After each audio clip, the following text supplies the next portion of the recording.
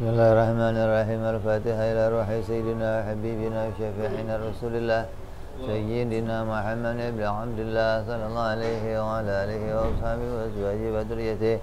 Inna Allah ya'li darajatihim fil jannah wa yanfa'una bi asrarihim wa anwarihim wa ulumihim wa nafahatihim wa barakatihim fid dini wa dunya wal akhirah wa ja'aluna min hisbihim فيرزقنا محبتهم ويتوفنا على ملتهم ويحشرنا في زمرتهم بالعافية والسلامة لهم الفاتحة. أعوذ بالله من الشيطان الرجيم. بسم الله الرحمن الرحيم. الحمد لله رب العالمين الرحمن الرحيم مالك يوم الدين إياك نعبد وإياك نستعين اهدنا الصراط المستقيم صراط الذين أنعمت عليهم غير المغضوب عليهم ولا الضالين آمين. بسم الله الرحمن الرحيم. نويت تعلما وتعليما وتذكرا وتذكيرا ونفعا والانتفاعا والإفادة والاستفادة والحث على التمسك بكتاب الله وسنة رسول الله صلى الله عليه وسلم والدعاء إلى الهدى والدلالة على الخير ابتغاء مرضاته به وثوابه وحسن الخاتمة مع اللطف والعافية صلاح العاقبة.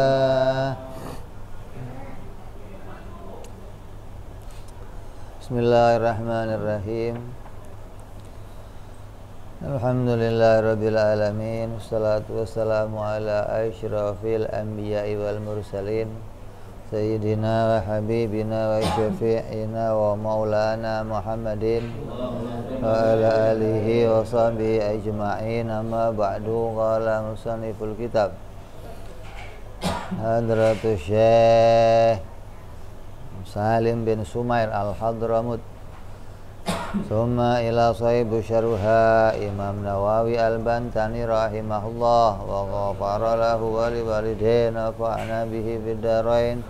Allahumma aftah qulubana futuhal arifin wa bihidmatika wa ansur alaina birahmatika ya arhamar rahimin. Ila an qala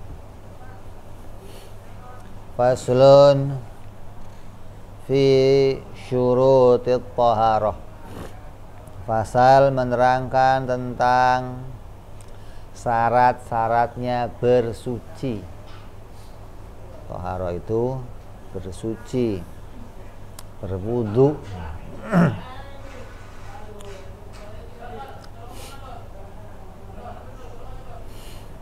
Syurutul wudu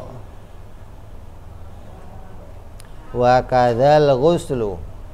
Syarat-syaratnya wudu dan juga syarat-syaratnya mandi besar, mandi wajib asyratun, itu ada 10 syarat. Al-awwalu al-islam. Yang pertama syaratnya adalah orang Islam.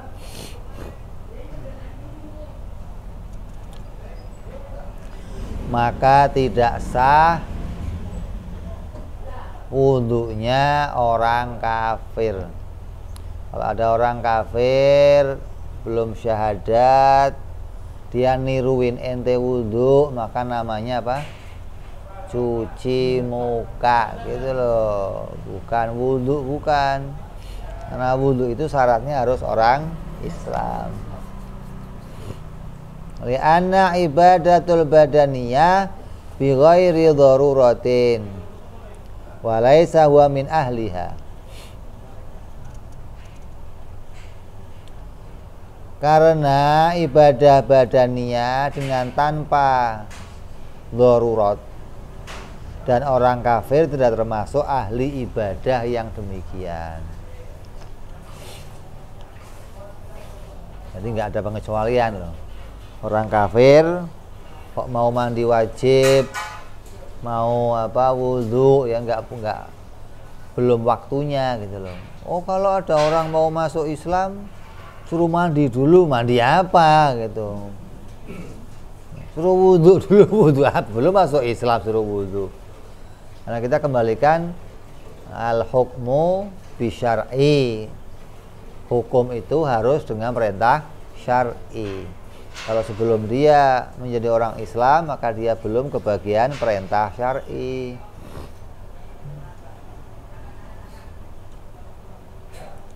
Ini yang pertama, yaitu jadi orang Islam, artinya telah mengucapkan 2 kalimat syahadat untuk masuk agama Islam.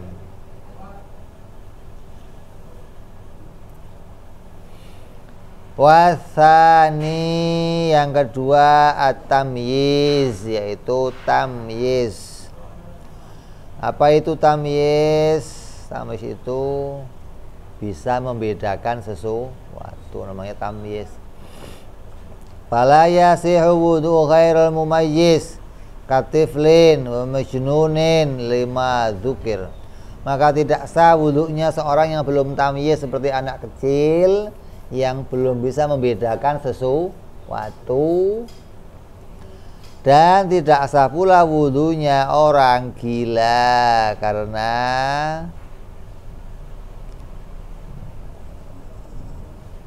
dengan alasan yang sama, yaitu dia tidak menjadi orang yang tamyiz.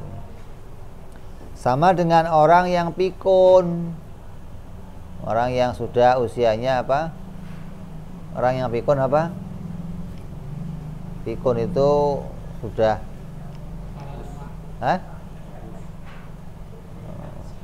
lansia, udah 80, 90, udah nggak bisa bedain sesuatu. Kadang makan lagi minta makan lagi, makan minta makan lagi. Kadang udah sholat lagi, itu namanya belum, sudah nggak tamyiz gitu loh. Kayak demikian juga tidak memenuhi persyaratan untuk berwudu. Anak kecil yang sudah tamyiz, apa ukuran tamyiz? Orang beda-beda nih ulama. Ukuran tamyiz ada yang mengatakan bisa bedain mana kanan mana kiri. Kalau udah tahu oh itu kanan, oh itu kiri, oh tamyiz. Ada yang mengatakan oh udah bisa cebok sendiri, tamyiz. Udah bisa pakai baju sendiri, tamyiz. Ini ukurannya macam-macam. Artinya mau disebut tamyiz itu apa? Ada yang mengartikan mandiri. Anak tamyiz sudah mandiri, sudah bisa dilepasin. Dia sudah bisa ngurus mandi, sudah bisa ngurus ceboknya, sudah bisa ngurus. Maka dengan syarat itu dia sudah memenuhi persyaratan. Ada lagi sampai nanti tamyiznya, tamyiz dzahir, tamyiz batin, bisa bedain mana air yang najis, mana air yang suci, bisa bedain mana sholat yang fardu, mana sholat yang sunnah, bisa bedain apa, mana yang bersifat ketuhanan, mana yang bukan Tuhan, mana yang nabi, mana yang bukan nabi. Ini sampai kepada pengertian tamyiz. Terus yang ketiga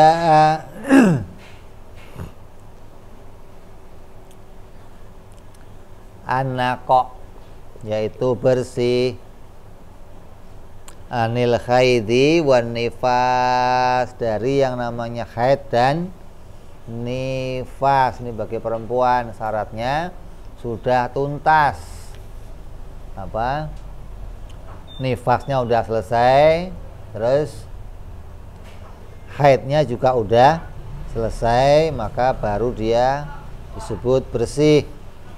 Maka ketika bersih dia telah memenuhi persyaratannya.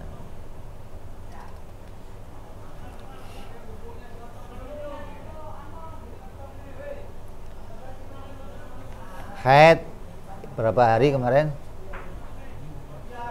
Hah? Haid rata-rata 7, maksimal 15 hari. Lu nggak pernah haid ya? Pesan. Minimal 1 hari. Kalau bersih, suci, minimal berapa hari? Hah? 15 hari bersih. Maksimal 29 hari. Kalau haidnya 1 hari, berarti bersihnya berapa hari? Apa yang jawab tadi? Haidnya sehari, sucinya berapa hari berarti? Di tempat kamu sebulan berapa hari sih? 7 hari ya? Kalau haidnya sehari, berarti sucinya berapa hari? Astagfirullahaladzim. Ini gimana ngitungnya sih? Kalau haidnya 15 hari, sucinya berapa? Nah begitu dong. Tempat dia sebulan 3 hari doang kali. 30 hari setengah kayaknya. Oh iya. Jadi ngukurnya itu. Lebih 15 hari kok masih keluar darah, namanya penyakit. Namanya darah istihadhah. Maka orang itu tetap wajib sholat, tapi dengan persyaratan yang berbeda nanti.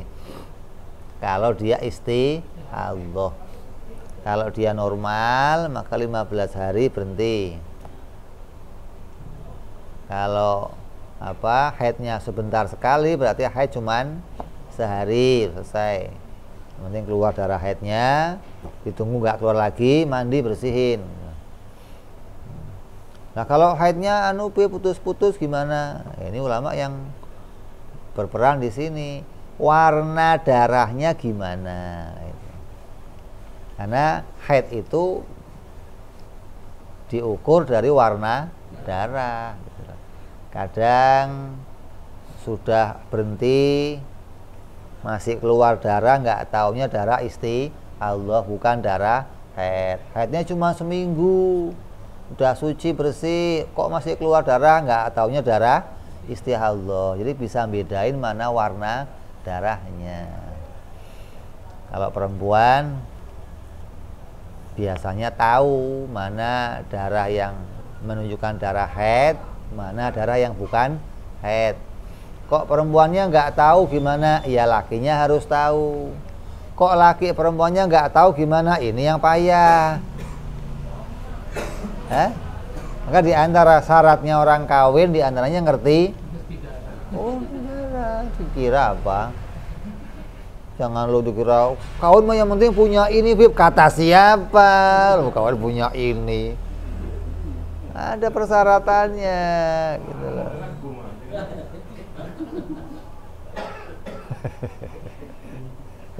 Kalau urusannya gum, SD juga udah gum.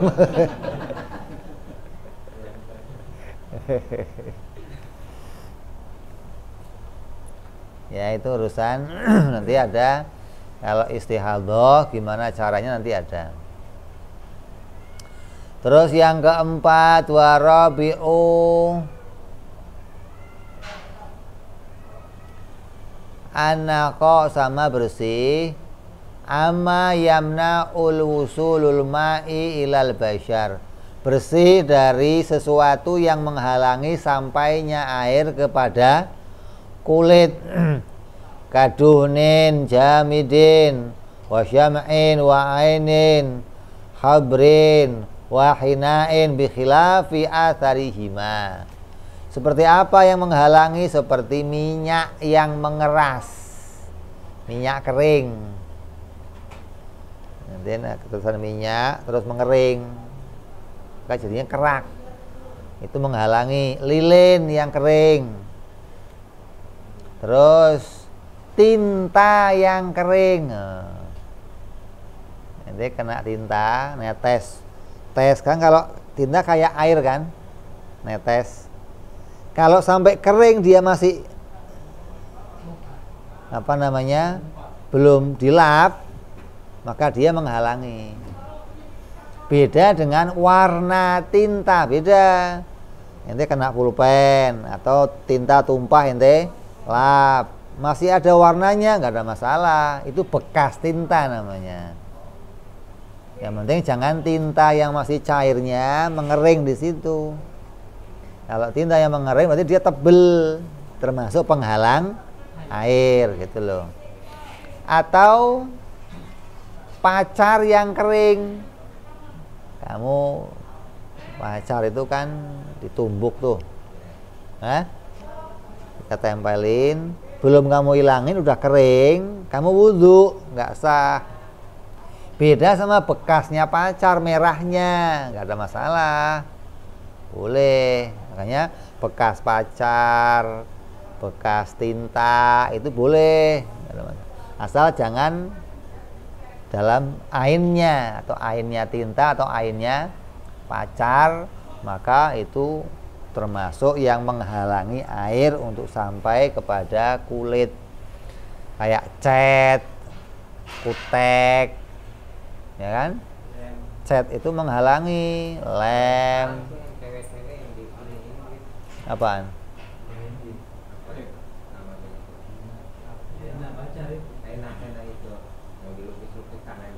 Iya, nggak apa-apa. Itu kan kayak pacar. Jadi pacar bekasnya itu namanya. Kalau henanya kering nggak boleh. Kalau sudah henna dikerok nih, tinggal bekasnya kan, nggak apa-apa. Dia nggak menghalangi. Beda sama kutek. Kalau kutek bisa dikerok, maka dia menghalangi. Cat, apalagi? Yang menghalangi apalagi? Ya itu pokoknya apa aja dah. Yang pilok, kayak apa, oli, orang main kotor-kotor kan. Wah itu berat.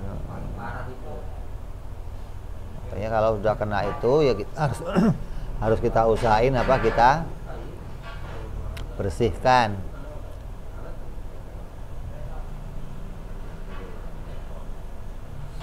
Atau darah yang kering atau apalah yang kering yang sampai menghalangi. Upil kering sama, lu upil kering nempel di situ juga menghalangi.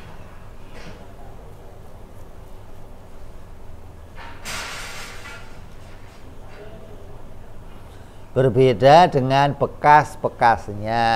Ada bekas yang nggak menghalangi ya. Terus wadamin wa ghubarin, ada lagi darah atau debu ala udwin la arokin mutajammidin alaih.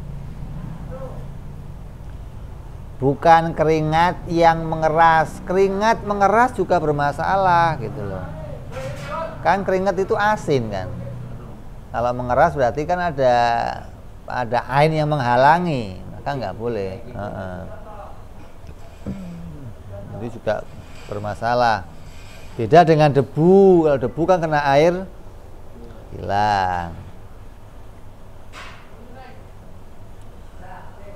Wawasahin tahta adfar, ada pula kotoran di bawah kuku. Nah itu menghalangi masuk tuh, nggak bisa tuh.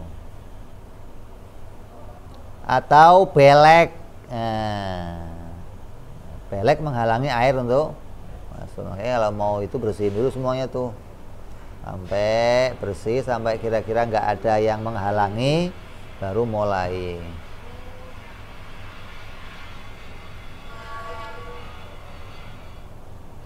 Dan tidak termasuk dari yang menghalangi sesuatu yang alami yang sulit untuk menghilangkannya. Apa itu? Sesuatu yang alami yang sulit untuk menghilangkannya.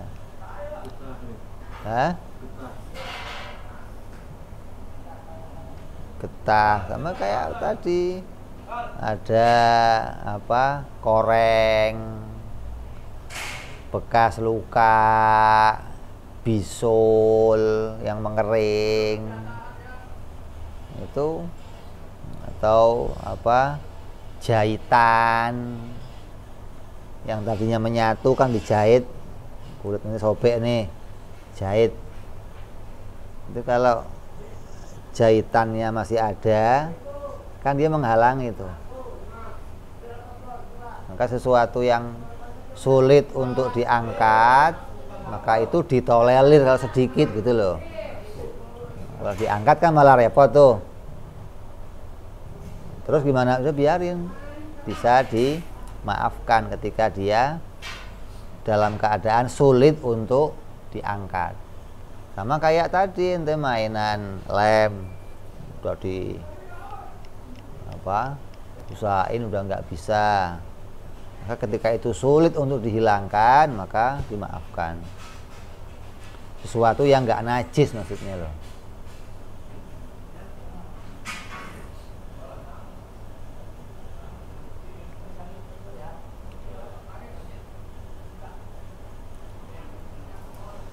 Jadi semua apapun yang menjadi bentuk penghalangnya air untuk sampai kepada kulit.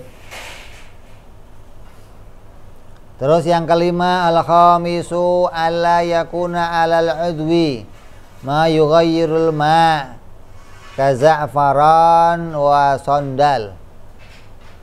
Dan harus tidak ada di anggota tubuh sesuatu yang merubah air, seperti minyak za'faron atau kayu cendana atau yang lainnya lah, yang kalau itu kamu usap malah airnya jadi bau wangi semua, maksudnya masih nempel di kulit kamu, ada minyak, ada minyak wangi, atau ada sesuatu yang kalau kamu usap dia maka malah jadi, nah ini malah nggak boleh, hilangin dulu, dibersihin dulu.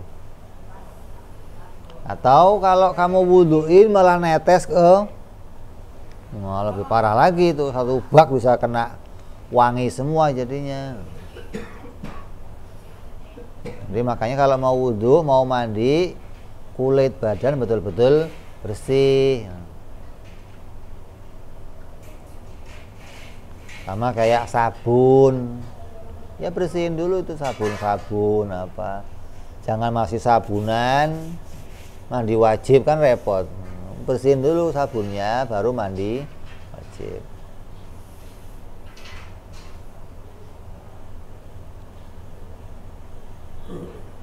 Wasadis yang keenam, al-ilmu bi fardiyah, ilmu mengetahui tentang mana rukun-rukun yang fardu. Ayakunu kullu minal wudu'i wal ghusli fardan wa ma yuthabu ala fi'lihi wa yu'aqabu ala tarkihi. Keadaan masing-masing dari wudu dan mandi sebagai perkara yang fardu. Artinya tahu apa perkara-perkara yang mewajibkannya atau yang wajib untuk dikerjakan. Apa sih yang wajib itu? Wajib itu ya yang kalau dikerjain dapat pahala, ditinggalkan kita akan dosa. Li'anal jahila bi fardiyati ghairu mumakkin minal jazmi bin niyah. Karena sesungguhnya orang yang tidak mengerti akan kefarduannya adalah tidak memungkinkan dapat memantapkan niatnya. Dia nggak bisa niat dengan benar kalau nggak tahu ini wajib atau sunnah, maka dia harus tahu. Fala yasihu mimman jahila fardiyah, maka tidak sah wudunya bagi orang yang tidak mengerti akan kefarduannya.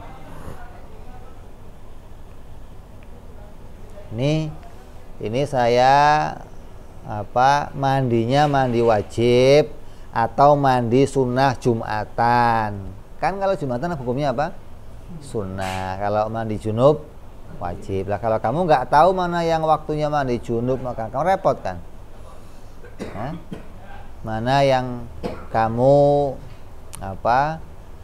tahu itu perkara yang sunnah, mana perkara yang wajib, maka ini harus tahu. Maka yang namanya tamyiz itu tahu mana yang wajib, mana yang sunnah. Wasabi alla ya'taqida fardhan min furudih, ay furudi kulli minhuma sunnatan. Yang ketujuh, tidak boleh meyakini satu fardu dari kefarduannya adalah menjadi sunnah, baik itu wudhu maupun mandi. Tahu mana di antara yang dikerjakan yang wajib dan yang sunnah. Dari mulai basuh tangan, basuh dari mulai maruk hidung, muka, sampai pada kaki, yang fardu-fardu mana, yang sunnah-sunnah mana, dia tahu itu semuanya.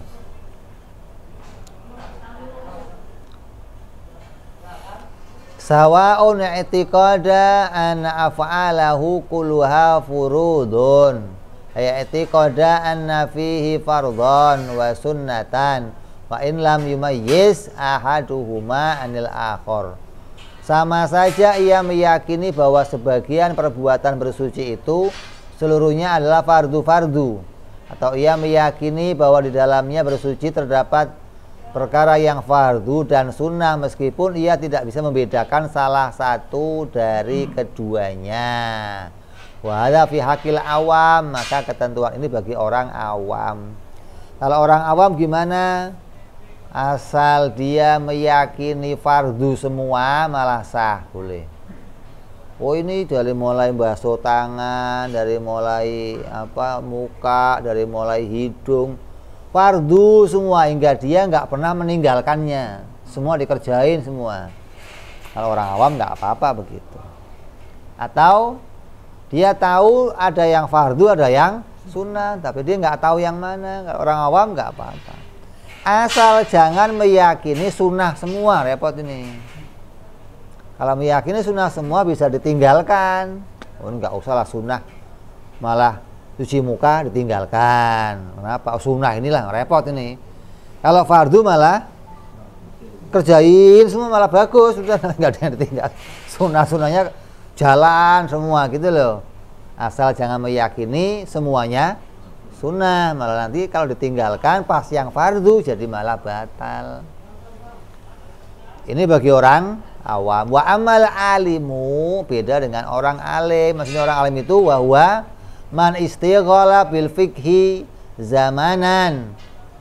Siapa orang yang pernah menyibukkan dalam belajar ilmu fikih dalam beberapa waktu, maka tidak boleh yang begitu. Harus tahu mana yang fardu, mana yang sunnah. Beda orang gunung, nggak pernah kenal majelis taklim, nggak pernah kenal kiai, nggak pernah kenal, maka pantas kalau dia ketika mendengar suatu pelajaran wudhu, dia lihat orang wudhu praktek, dianggap semuanya fardu semua gitu loh. Terus yang kedelapan, wasaminu alma'ut tahur, yaitu harus syaratnya pakai air yang suci dan mensucikan. Fi dhonni kullin minal mutawaddi'i wal mughtasili wa i'tiqadihi. Maka dalam berprasangka masing-masing dari orang-orang yang wudhu atau orang-orang yang mandi dan keyakinannya, meskipun air itu bukan air yang suci dan mensucikan, tapi dia yakin, dia nggak melihat air itu kejatuhan sesuatu, asal dia lihat pertama suci, yakin, pakai sah. Walaupun orang lain lihat, itu airnya air bekas loh, tapi hukumnya air itu ketika pertama dilihat suci, itu hukumnya. Kalau kamu pengen jelas, ya kamu nanya sama yang ini airnya bekas apa ini, airnya pernah dipakai siapa airnya. Tapi kalau kamu nggak nanya, kamu yakin, saya lihat sah. Atau apabila ada 2 bak, satunya bersih, satunya nggak bersih, dua-duanya datang orang, tapi yakin bersih semua, wudhu sah semua. Yang penting kamu yakin itu, jangan was-was. Wah, ntar nggak beres nih. Wah, nah ini yang ruwet itu begitu. Nah, apalagi udah air sedikit pakai was-was lagi, aduh. Udah, makanya jangan sampai orang itu was-was, repot orang was-was itu. Pokoknya asal mau kemana aja lihat air kok di apa, nggak ada baunya, nggak ada, bersih gitu, sudah wudhu. Jadi jangan diukur apa, harus yakinan, maka kamu harus apa, tanya dengan jelas bagaimana ini.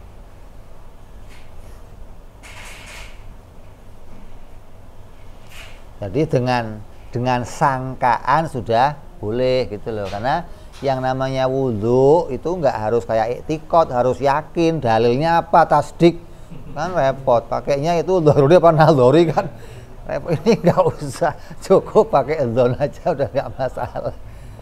Sudah sama iktikad harus pakai yakin, nggak boleh dzon. Kalau pakai wudhu ngadep kiblat, asal kamu dzon sudah yakin ini bersih nih, apa, kamu sudah husnudzon, kuat keyakinan bersihnya, sudah beres gitu loh, nggak usah jadi. Terus yang ke-9, watase addukhulul wakti, masuknya waktu. Ini syarat khusus, yaitu harus masuk waktu baru boleh mulai wudhu. Lah kalau belum masuk waktu belum boleh mulai. Lah untuk siapa ini? Oh, untuk orang yang beser. Beser itu punya penyakit apa, kencing terus, keluar terus loh. Maka orang yang keluar terus itu syaratnya kalau mau sholat, kalau mau wudhu, maka harus masuk dulu waktunya, baru langsung dia wudhu, langsung dibuntel wudhu, langsung sholat. Persyaratannya itu. Tapi kalau belum masuk waktu, dia sudah buntel barangnya, terus dia wudhu, dia nunggu waktu, nggak sah dia sholatnya. Jadi harus masuk waktu dulu, jelas adzan, udah masuk waktu. Nah, dia kencing, buntel barangnya, dia wudhu langsung sholat. Jangan ditunda-tunda gitu loh. Walaupun keluar itu dimaafkan. Kenapa? Karena memang nggak bisa lagi ditahan, nggak bisa lagi di stop gitu loh. Dol. Sama kayak orang yang istihadhah, penyakit tadi, haid 15 hari berhenti, masih keluar, maka 15 hari dia wajib mandi nifas, terus sholat. Tapi masih keluar darah, sumpel. Nah, nyumpelnya gimana? Nunggu masuk waktu. Gitu masuk waktu udah sumpel, terus wudhu, langsung sholat. Nyumpelnya pakai apa? Yang jelas jangan pakai tangan kamu nyumpelnya, repot nyumpel pakai tangan kamu.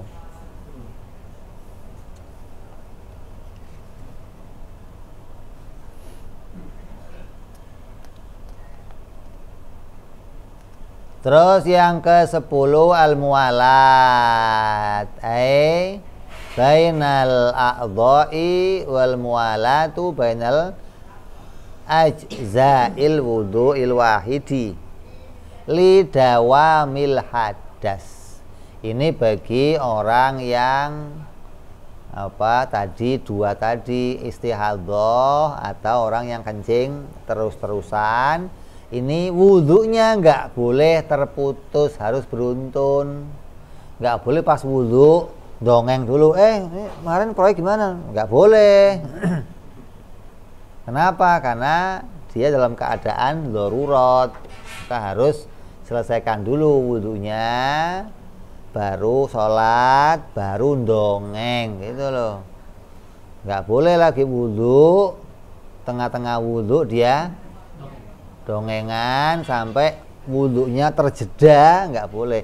Tapi bagi yang nggak dawamul hadas yang biasa boleh, nggak ada masalah gitu loh.